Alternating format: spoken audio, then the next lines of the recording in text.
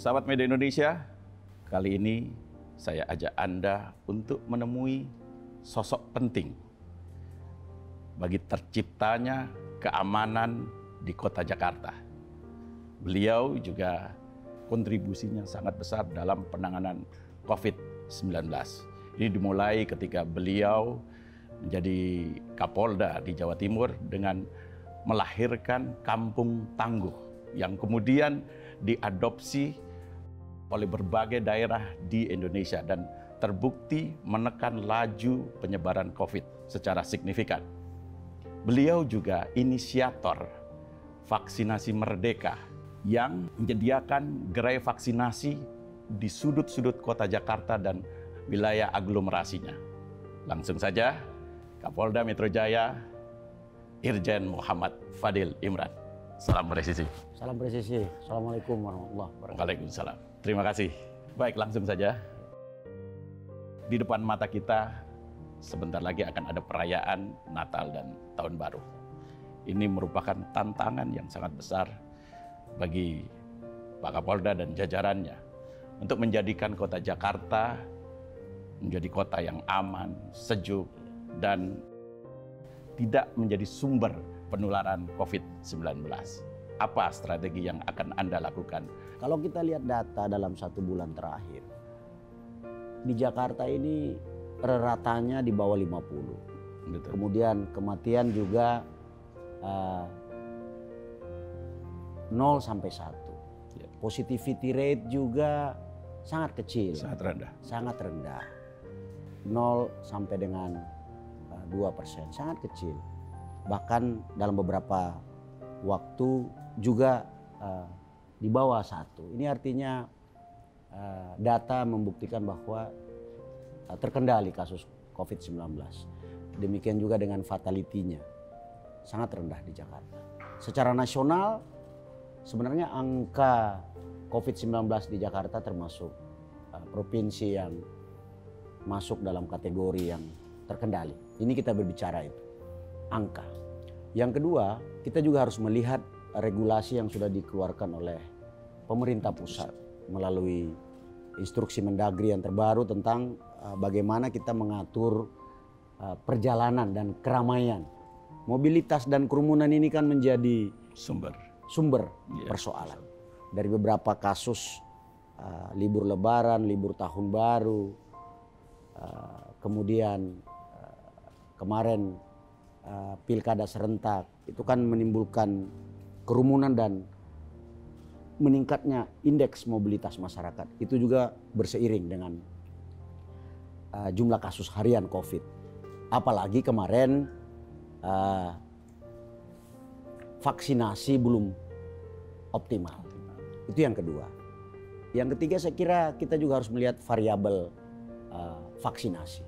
Jakarta dan wilayah aglomerasi itu sudah di atas 100%. Bahkan DKI Jakarta khusus dosis 1 itu 130%. Ada warga-warga yang non KTP DKI itu juga disuntik. Dosis 2 sudah 103%. Demikian juga dengan wilayah aglomerasi. Tangerang, Bekasi, Depok. Itu juga sudah di atas 80% dosis 1. Kemudian dosis 2-nya rata-rata sudah di atas 60 menuju ke 70%. Artinya memang secara serologi Jakarta seperti kata para pakar juga sudah cukup baik. Nah, ini semua kita harus lihat. Dari pengalaman tersebut tentu kami bersama pemerintah daerah, ada Pak Gubernur, ada Pak Pangdam Jaya bersama Polda nanti akan merumuskan berdasarkan aturan-aturan dan data COVID-19 Jakarta. Yang perlu kita pertimbangkan juga soal situasi psikologis masyarakat dan denyut nadi perekonomian. Saya kira ini juga kita harus pertimbangkan bahwa ada sektor-sektor di masa pandemi khususnya di akhir tahun itu terjadi peningkatan aktivitas. Nah ini juga kita momentum ini juga jangan kita terlalu kaku sehingga kemudian pertumbuhan ekonomi terhambat. Kita sudah rapat awal kemarin dengan Pemda DKI sebenarnya jauh-jauh hari ketika ada aturan yang mengatakan bahwa akan dilakukan PPKM level 3 seluruh Indonesia. Tapi belakangan kemudian dibatalkan dan menyesuaikan dengan situasi dan kondisi daerah masing-masing. Nah, berdasarkan hal-hal yang saya sampaikan tadi, kami Polda Metro Jaya memiliki beberapa pengalaman untuk menyeimbangkan. Kalau kata Bapak Presiden itu gas dan remnya seperti apa. Kita ini kan semua sudah berpengalaman, Mas. Bukan berpengalaman lah. Sudah memiliki catatan masa lalu tentang bagaimana kita ini harus bersikap dan bertindak dalam menghadapi COVID. Masyarakat ini juga sudah memiliki kesadaran kolektif bagaimana kita menghadapi semua ini. Jadi kita tetap membuat konsep CF Crowd Free Night. Nanti kita akan rapatkan. Kemudian untuk tempat ibadah Natal gereja ini seperti apa nanti kita tunggu instruksi Menteri Agama. Tapi yang sudah kita lakukan sekarang adalah mulai dari bulan kemarin kita sudah mendatangi gereja-gereja ini yang belum ada peduli lindunginya. Karena ini kan menjadi sangat-sangat sebagai kontrol sebagai kontrol sangat penting. Bagaimana pengurus gereja itu mempersiapkan peduli lindungi di gerejanya masing-masing. Jadi crowd free night, kemudian di gereja kita perkuat. Kalau yang lain kan jelas itu untuk tempat makan, tempat minum seperti mall, supermarket itu aja. Dan yang terpenting kalau menurut saya yang ketiga, Polda Metro Jaya sesuai dengan instruksi Mendagri untuk memperkuat di basis komunitas. Kampung Tangguh, kemudian posko PPKM di tingkat RT RW, kemudian metode saling mengawasi, kemudian pemasangan stiker dan sebagainya. Saya kira itu sudah berjalan. Kita tinggal bagaimana memperkuat itu di tingkat RT RW. Yang paling penting saya kira sekarang bagaimana Kampung Tangguh, kemudian posko PPKM yang ada di RT RW itu jika ada menemukan kasus, karena kemarin kan kita sudah latih 3T-nya, testing, tracing, dan treatment. Ini pengalaman yang paling berharga yang bisa kita kerjakan adalah bahwa kita jangan melakukan isolasi mandiri. Lebih bagus dia melakukan isolasi terpusat, isoter. Apalagi di Jakarta ada rumah sakit darurat COVID Kemayoran, kemudian rumah sakit tempat karantina di Pademangan, ada Pasar Rumput, kemudian ada di Rorotan sana kan. Saya kira cukup ini. Ini saya kira semua akan berseiring, berjalan, dan di lapangan kita bersinergi dengan semua lapisan. Kuncinya kita bermain bersama masyarakat di bawah sehingga masyarakat apa yang diharapkan sesuai dengan instruksi Mendagri, apa yang diharapkan oleh Pak Luhut dalam sebagai koordinator penanganan COVID, kami nih Kapolda setiap hari dievaluasi sama beliau itu kita pastikan bisa berjalan dengan baik. Di samping tadi itu ekonomi tetap bisa berjalan. Ya, betul. Kan ini cuma 6 hari. Saya dalam beberapa kesempatan saya sampaikan kepada pelaku usaha. Saya sampaikan ini kan cuma 6 hari. Toh kemarin-kemarin juga kita sudah menikmati. Jangan sampai gara-gara 6 hari ini terus kemudian ada kita menyesal belakangan hari. Kasus. Nah itu yang menjadi penekanan saya. Betul. Saya kira gitu. Kalau penyekatan apakah nanti akan dilakukan? Tidak ada penyekatan. Jadi tidak ada penyekatan. Kita tidak akan melakukan penyekatan. Kita hanya checkpoint. Kita lihat dia udah vaksin belum. Kalau belum vaksin nanti kita langsung vaksin. Yang kedua kalau memang gejala-gejala awal ada gejala COVID ya kita akan. Tapi poinnya kalau di komunitas kuat, di RT RW kuat. Saya kira itu sangat sangat baik. Siapa yang pergi, siapa yang pulang, kemudian kondisinya sebelum pergi seperti apa, saya kira itu akan malah lebih. Kontrol itu ada di komunitas. Iya, kontrol ada di komunitas. Karena COVID ini kan masif dan panjang waktunya. Kita memang harus bermain dengan masyarakat. Belum lama ini Pak Kapolda memperkenalkan patroli perintis presisi. Yang merupakan penguatan dari tim-tim yang sudah ada. Ada tim Rain Mas Backbone, ada tim Jaguar, ada tim pemburu preman, dan tim-tim yang lain. Nah, apa tujuan dari penguatan tersebut? Saya ketika menjadi Kapolda, saya melihat ini ada sesuatu yang nggak pas ini. Ada sesuatu yang racikannya kurang pas ini. Iya, tapi ya, karena begini, karena kan publik sudah banyak mengenal ini Iya, kiprah iya. dari tim-tim yang Iya, tadi saya iya, sebutkan, iya. terutama di media sosial Iya, iya. dan di media mainstream juga ada. Memang faktanya masyarakat butuh timnya, kayak tim Jaguar, tim Raimas Backbone. Tim itu tidak saya bubarkan. Tim itu akan saya tingkatkan. Nah, kita bangun semua, kita 50 orang ini kita didik. Jadi saya melihat tim-tim ini banyak secara struktur harus diperbaiki. Banyak dari substansi pekerjaannya harus diperbaiki. Dan orientasinya sudah mulai agak bergeser saya lihat. Oke. Kita ini bekerja buat masyarakat atau untuk layar kaca gitu, itu kan? Menarik. Ini. Jadi ya bahasa saya jangan kau tipu-tipu lah masyarakat ini. Kau action bagus di layar kaca, tapi kau ternyata di lapangan nggak gitu kerjaannya. Kan padahal polisi nggak seperti itu. Jadi bekerja untuk masyarakat, Iya, bukan bekerja untuk untuk popularitas ya. masyarakat. Iya, kan saya di Jakarta ini visi saya 2 aja, tujuan saya 2. Jakarta sehat, Jakarta adem, sejuk, itu aman. Nah, ini menurut saya. Yang berikutnya menurut saya filosofi Pak Kapolri ini kan selalu bicara tentang polisi yang humanis. Sementara tim-tim ini kecenderungannya represif lah, mempertontonkan kekerasan. Jadi wajah Polri yang ditampilkan itu wajah-wajah yang menurut saya tidak sesuai dengan apa yang menjadi harapan Pak Kapolri untuk melakukan transformasi operasional. Nah, ini yang kemudian saya tidak saya rubah, tidak saya hilangkan, tapi saya perkuat dan saya ingin merubah tampilan wajah baru Polri yang memang lebih melindungi, melayani, bersahabat dan menjadi penolong. Itu yang saya bilang. Jadi Sabara itu memang dia tugasnya untuk bekerja sebelum ada kejadian, bukan menangkap. Ini kebanyakan kan yang patroli di televisi itu nangkap. Enggak. Kalau ada balap liar gimana supaya tidak ada balap liar? Tidak ada. Kalau di situ kampung tawuran bagaimana supaya itu tidak ada tawuran? Di situ kampung narkoba bagaimana supaya tidak ada transaksi narkoba di tempat itu. Itu. Dan yang terjadi kan dia pergi datang nangkap. Bahkan ada yang geledah asal kemudian menjadi komplain, mendatangi rumah orang sesukanya. Padahal kan itu bukan itu. Jadi bagaimana reducing crime dengan melakukan langkah-langkah pencegahan, mengintervensi situasi yang membuat kejahatan itu terjadi. Dia patroli, dia lihat, oh di sini pantas sering terjadi begal karena lampunya gelap, mati lampunya, panggil Pemda, nyalain dong Pak. Oh di sini belum ada CCTV-nya, pasang CCTV. Itu tugasnya pencegahan kejahatan dia.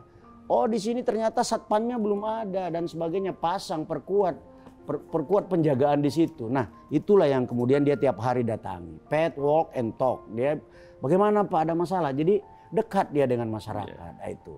Nah itu yang barangkali yang ingin saya rubah supaya orientasi kita untuk benar-benar bekerja untuk publik, untuk masyarakat Jakarta itu terasa.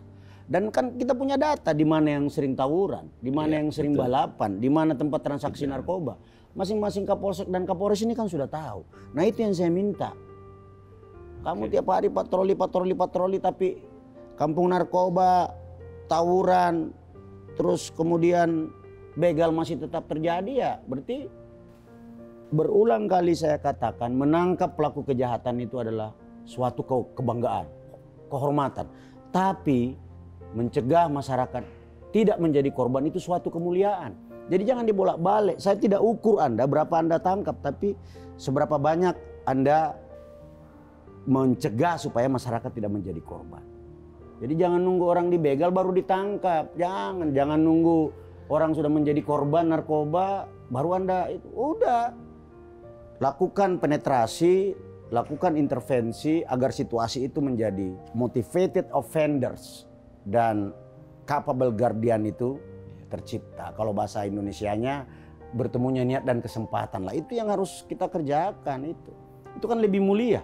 Iya, betul. Orang kalau sudah kemalingan baru kita tangkap kan belum tentu kembali barangnya. Atau orang yang kena bacok jadi luka berat walaupun ketangkap pelakunya. Anda mau misalnya saya nangkap pelakunya tapi harta benda, psikologis, perlukaan sudah terjadi, nggak akan.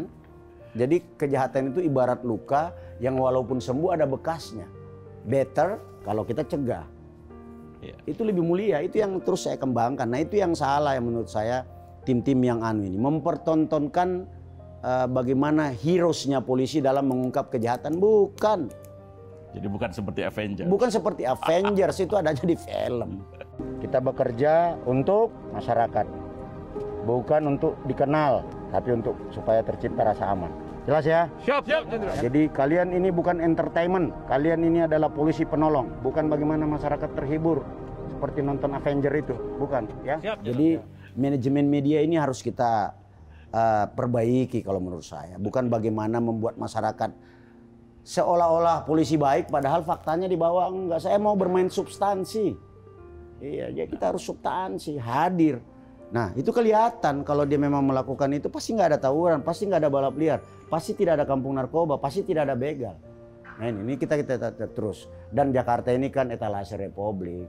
Kita juga Police 4.0, kita harus terus kerjakan. Kita harus mendukung Society 5.0 harus kita.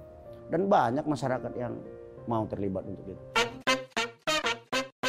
Saya mencatat ada quote menarik barusan.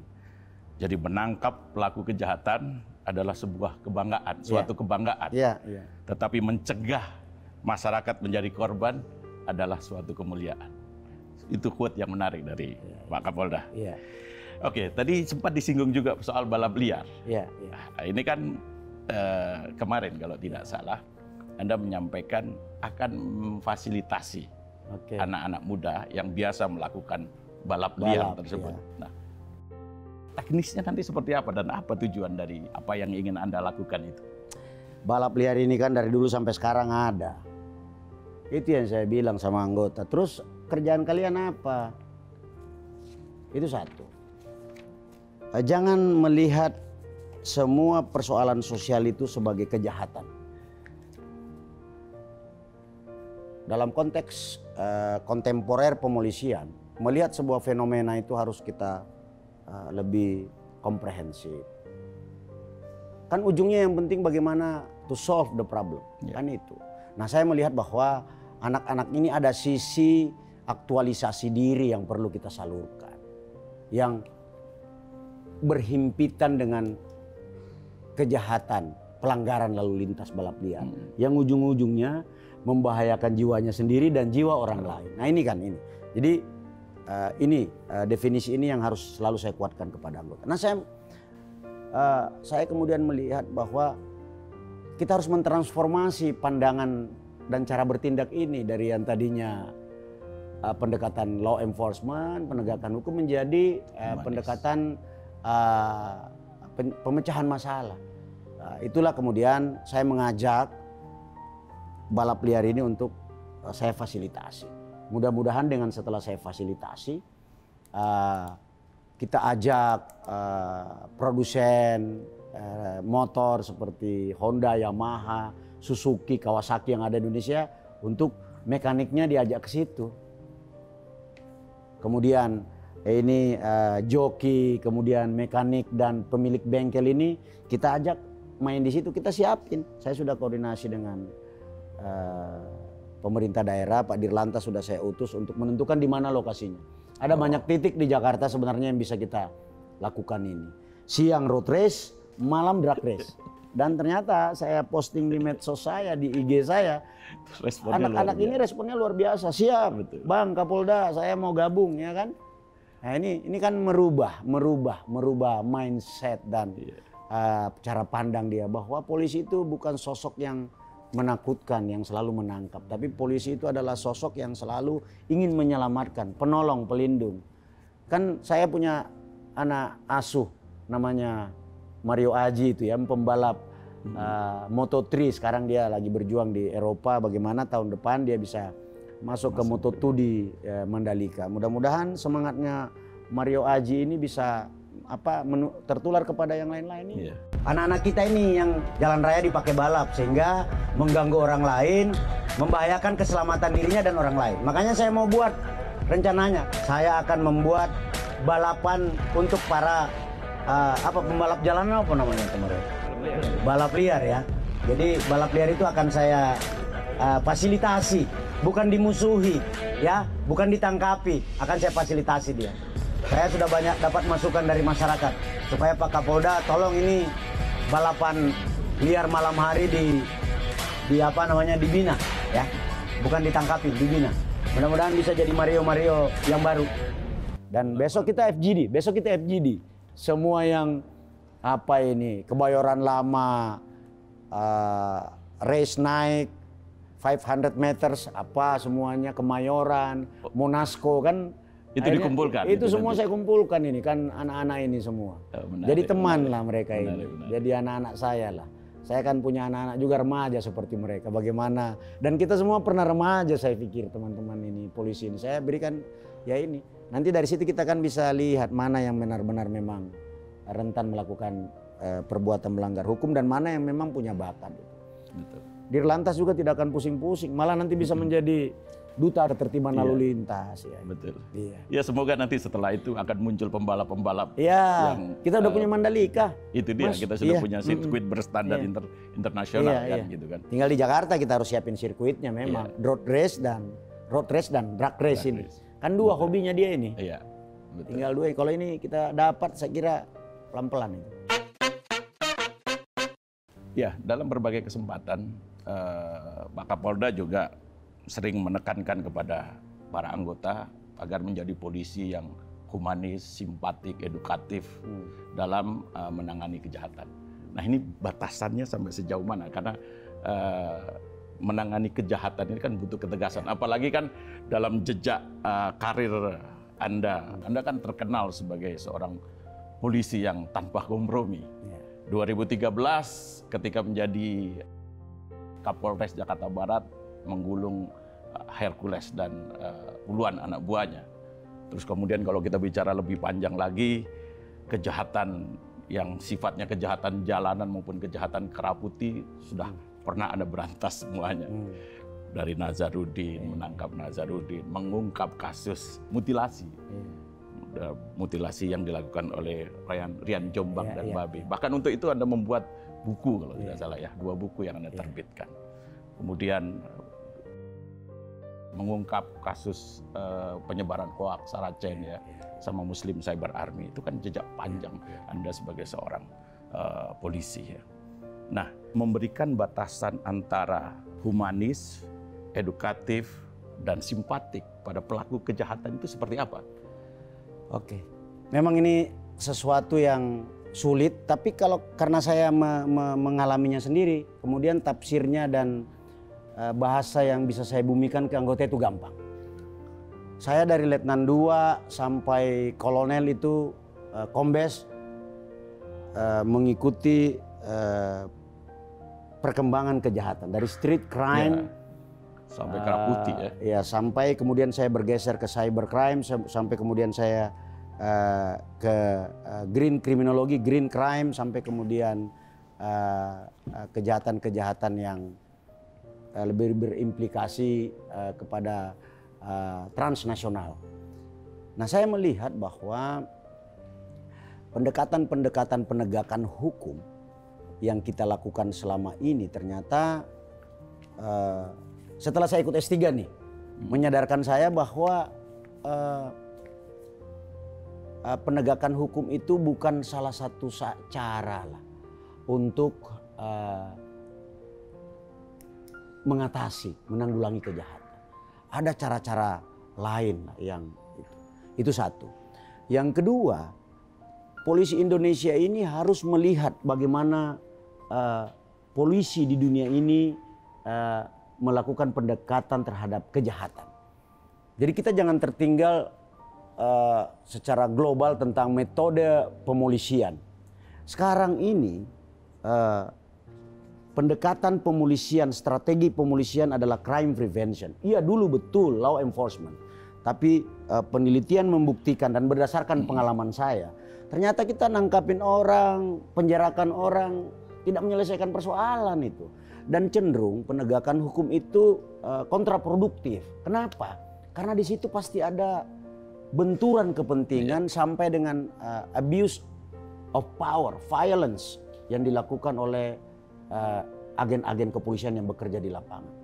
Nah, tafsir itu kan kemudian bisa membuat citra dan trust publik kepada polisi.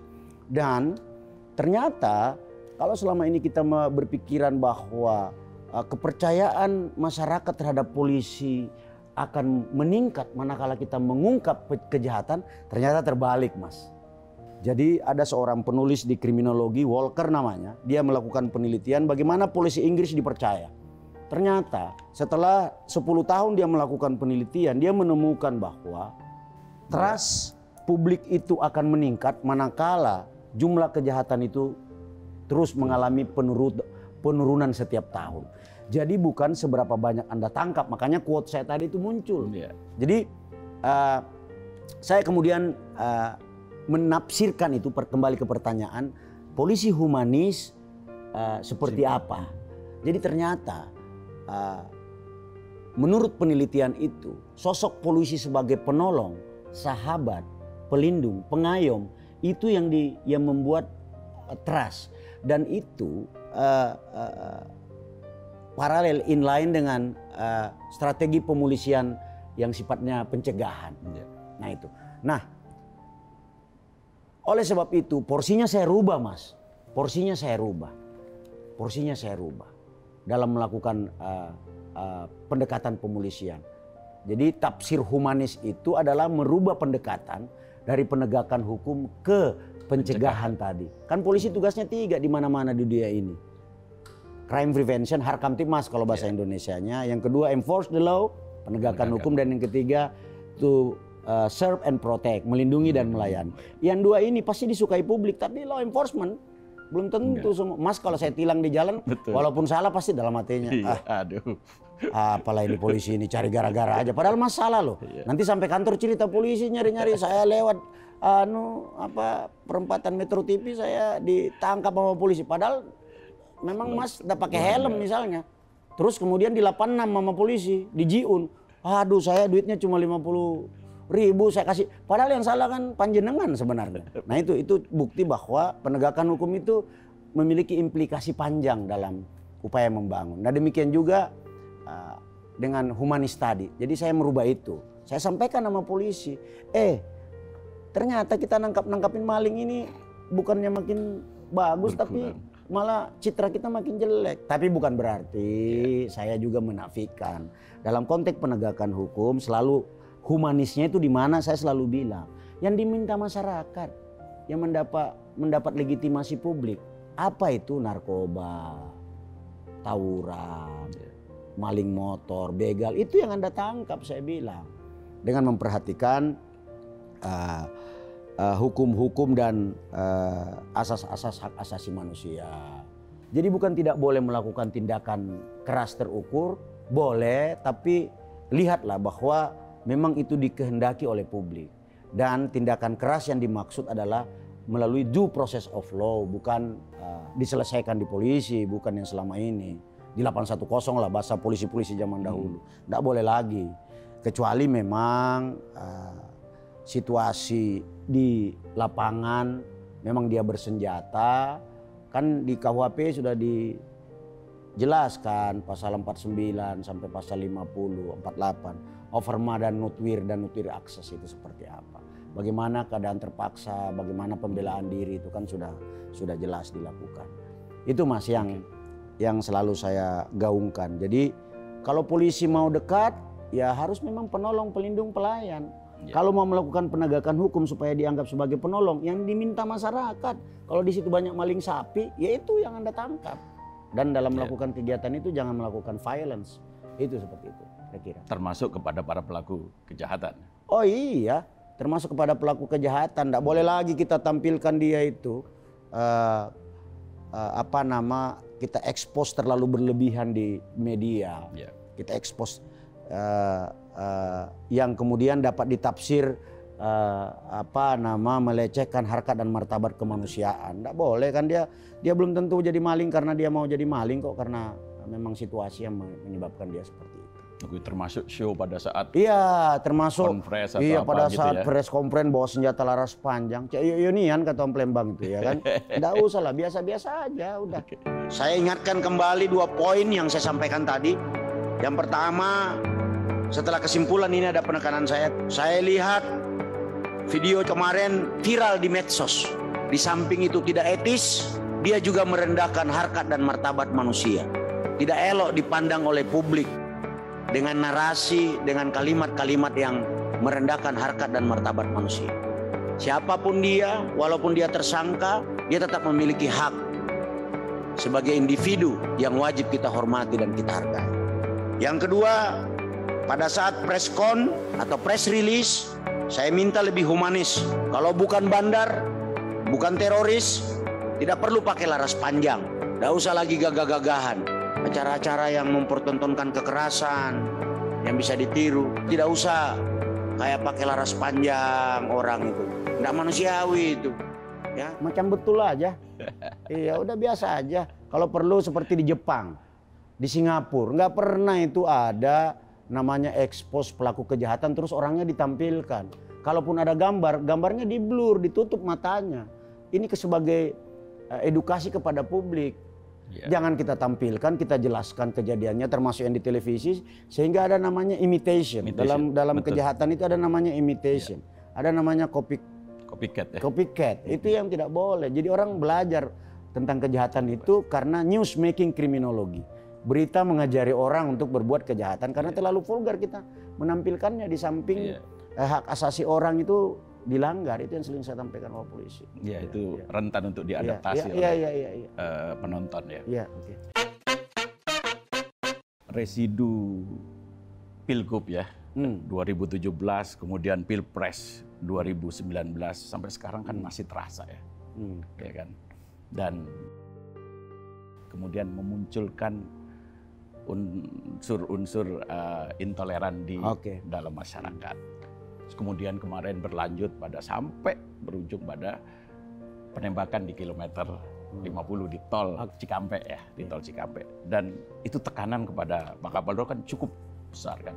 Bahkan sampai ada suara-suara dorongan untuk mencopot Anda dari jabatan sebagai Kapolda. Tapi itu sudah berjalan, sudah terlewati. Nah, tapi tentu saja residu itu kan masih terasa. Nah, bagaimana Anda menyikapi hal tersebut? Gini, negara ini harus di atas, harus di depan. Tidak boleh ada orang, ada ormas yang menempatkan dirinya di atas negara. Jadi konteksnya penegakan hukum. Organ polisi inilah yang harus berfungsi untuk melakukan penegakan hukum. Ya, penegakan hukum, bukan yang lain. Nah, kita disajikan, disuguhi dengan tindakan-tindakan yang melanggar hukum bertahun-tahun, berulang-ulang oleh ormas. Terus kemudian kita diam saja. Saya pikir ini ada yang salah ini dengan seperti ini. Provokasi, berita bohong, pengerusakan, dan sebagainya. Nah, menurut saya ini tidak bisa dibiarkan. Dan beberapa potensi-potensi yang dapat menimbulkan terjadinya pelanggaran hukum dan dapat menimbulkan kebencian dari residu tadi pilkada itu. Nah, menurut saya ini harus kita dudukkan pada porsinya. Nah, saya kira kilometer 50 mekanisme penegakan hukumnya sudah berjalan. Ketika ada kejadian itu, kemudian Komnas HAM sudah turun. Kemudian ada rekomendasi dari Komnas HAM agar ini dibawa ke pengadilan. Kan sudah berjalan semuanya ya. Mari kita ikuti proses criminal justice system ini. Dan ini kan terbuka untuk publik. Publik bisa dikoreksi di situ. Saya kira ini yang ingin saya katakan. Dan kami juga ada pada posisi yang merasa mendapatkan tempat yang benar bahwa apakah tindakan-tindakan anggota kami ini di lapangan ini sudah betul. Nah, itu kan nanti di pengadilan itu akan dibuktikan. Jadi ada Komnas HAM, ada proses mulai dari penyidikan, penuntutan sampai sidang. Nah, saya tidak ingin mengomentari dari segi teknis, tapi saya sangat menghormati proses ini. Apapun nanti, mudah-mudahan proses yang berkeadilan ini bisa kita temukan di sini, kepastian hukum, sehingga menjadi pelajaran buat semua.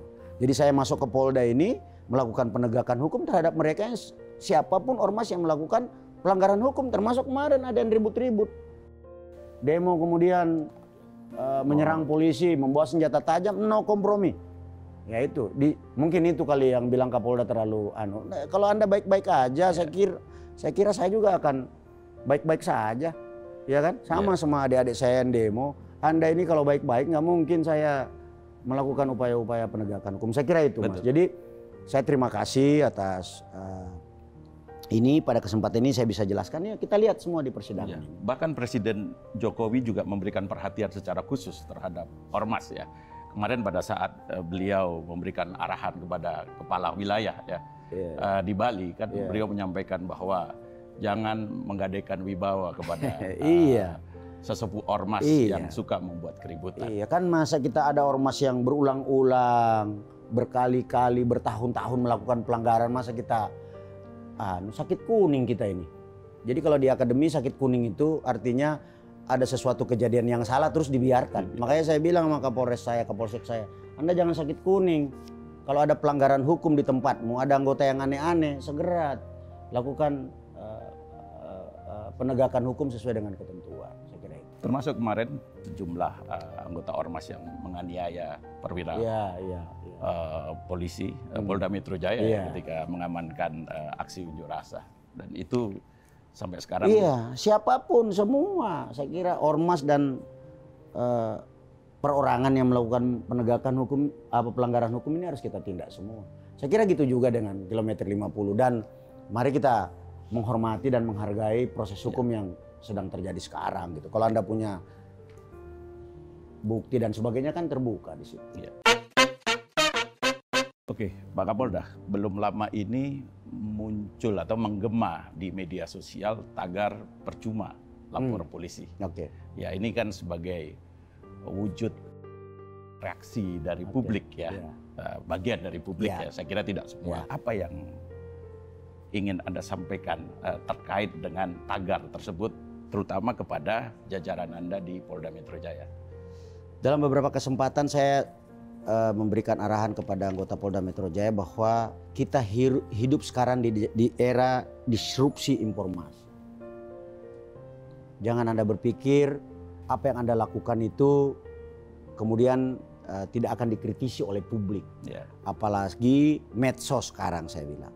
Dia bisa videokan, dia nggak bisa videokan, dia bisa bangun narasi, dia posting. Nah, polisi memang harus dikritisi, dan saya sampaikan kita tidak boleh alergi. Seperti yang kemarin, ada orang datang laporan, kemudian narasi atau dia bicara bahwa, lah ibu ngapain ATM-nya banyak-banyak? Orang yang datang ke polisi ini kan orang yang memang butuh pertolongan.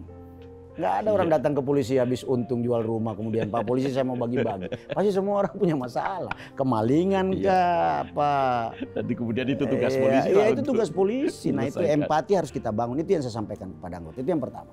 Tadi malam kita dihebohkan lagi karena ada anggota Polsek Pulau Gadung yang aneh-aneh. Masyarakat datang melapor, bukannya dilayani, tapi yang terjadi justru menyakiti hati masyarakat. Ini saya minta Pak Irwasda, Kabid Propam ini, SPK-SPKT ini tolong ditertibkan para Kapolres ini juga ya.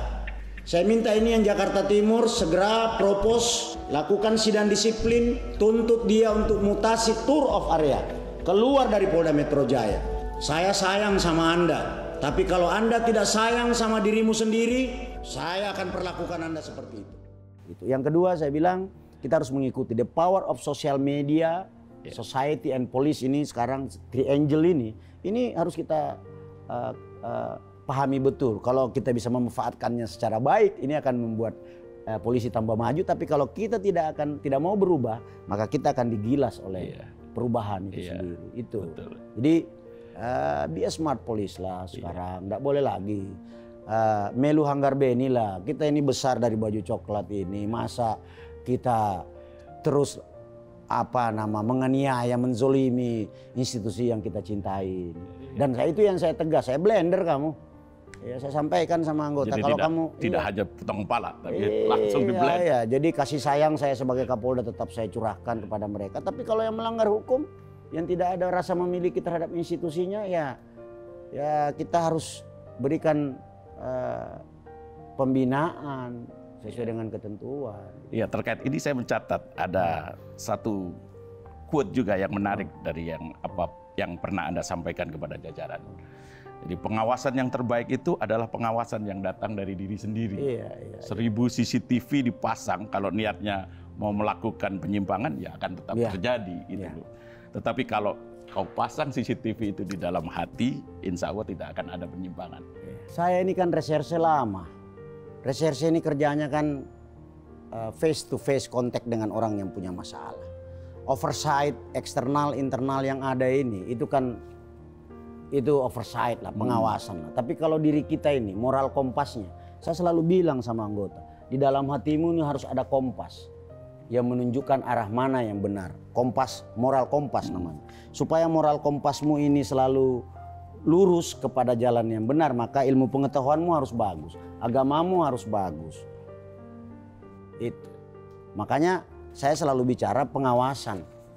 Jadi mengerti tentang tugasnya, mengerti teknis, hukum. Yang kedua, secara agama dia juga tahu bahwa semua tindakan kita ini pasti akan ada imbalannya dari Allah Subhanahu wa taala. Itu yang selalu saya sampaikan. Jadi pengawasan internal pengawasan internal. Kenapa perlu pengawasan dari diri sendiri? Karena hampir semua tugas polisi itu dikerjakan oleh dirinya sendiri. Hanya polisi yang ada diskresinya, Mas. Iya. Kenapa di jalan dia boleh menilang orang? Karena hanya dirinya sendiri. Karena dia menemukan pelanggaran kan bukan beregu dia. Jadi dia komandan, dia anggota, dia pengawas. Dia sendiri yang harus mengawasi dirinya sendiri itu. Jadi berdasarkan pengalaman saya itulah kemudian saya sampaikan. Dan kalau itu mekanisme itu bisa dibangun, saya pikir itu bisa kita perbaiki polisi. Karena kan gaji polisi sekarang kan sebenarnya sudah jauh dari lebih baik dibandingkan yang dulu-dulu. Udah ada tunkin, gaji juga sudah cukup lah kalau untuk hidup di Jakarta ini.